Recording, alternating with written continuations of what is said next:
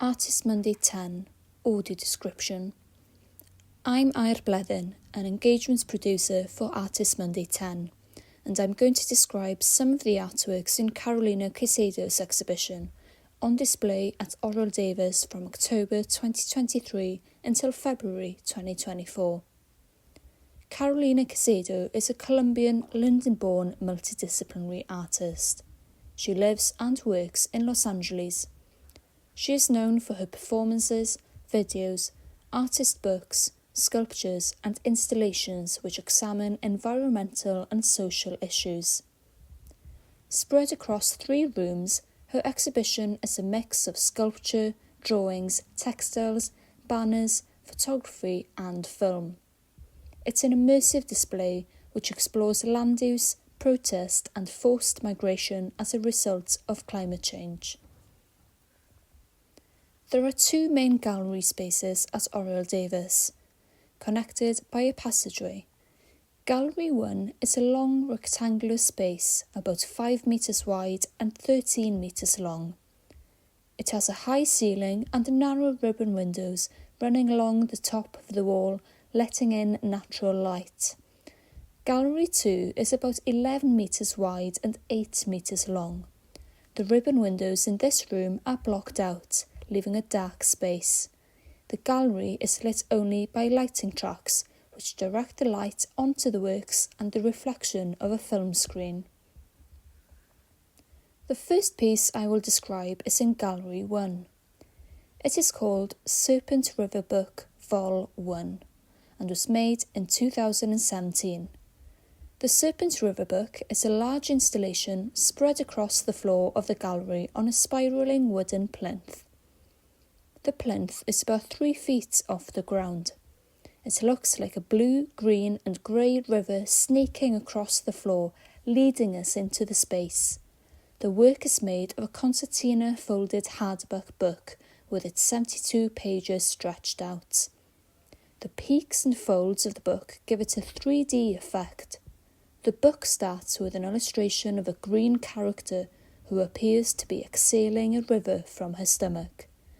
The path of the river then unravels through poems, black and white satellite images, maps, beautiful landscape photographs, all of which were compiled by the artist while working in Colombian, Brazilian and Mexican indigenous communities.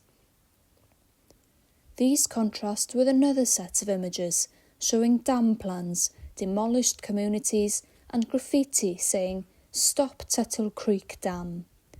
The work explores the effects of the industrialisation and privatisation of river systems on communities that depend on the river today. The final stages of the river are represented by collage documenting the artist's work with communities called Be Damned. The second piece I will describe is called My Feminine Lineage of Environmental Struggle, Expansion 1. It was made in 2019. This work is in the far right corner of the gallery as you come to the end of the Serpent River book. It's a large white canvas banner measuring 6 by 1.5 metres. It hangs across the corner of the gallery at eye level, held up by 5 thin wooden poles. The banner features a cross-section of over 150 women environmental defenders and women-led collectives. It is printed with line-drawn, named portraits of the women in black and white.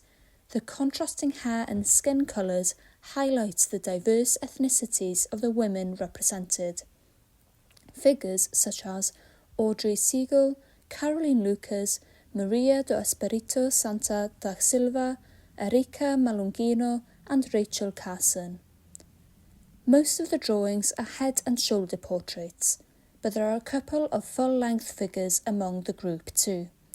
Each individual is drawn separately, but the work brings them together as a collective, like a primary school tea towel.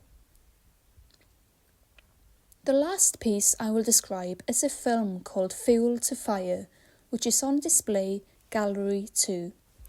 As you approach the gallery, the sound of the audio draws you in. The film is full colour and played on a large screen in the right corner as you enter. There are 2 characters in the film. One is an Afro-Colombian woman in her 20s with shoulder-length black hair. She is wearing a white blouse and a white pleated skirt. The other is a shirtless, mestizo Latin American man in his 40s. He has a beard and a bald head. The film begins with a focus shot of gold particles in a person's palm. The biggest gold particles are picked up and placed in a small, dark grey earth bowl, leaving only the dust. The girl strokes some of the glitter down her face, leaving gold shimmering specks on her skin. She puts gold on the man's face with her index finger, like a blessing, and we see her place larger pieces of the gold on skin in another close-up. She then takes the pot of gold and enters a river next to a waterfall, fully clothed in white billowing garments. Here we see her perform a pagamento, or payback of gold to a body of water.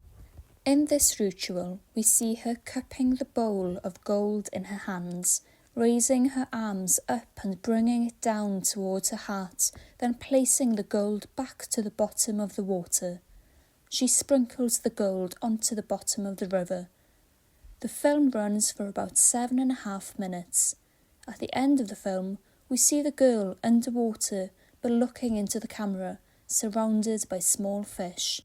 This image fades to black and we see embers cast up from a fire before the film finishes.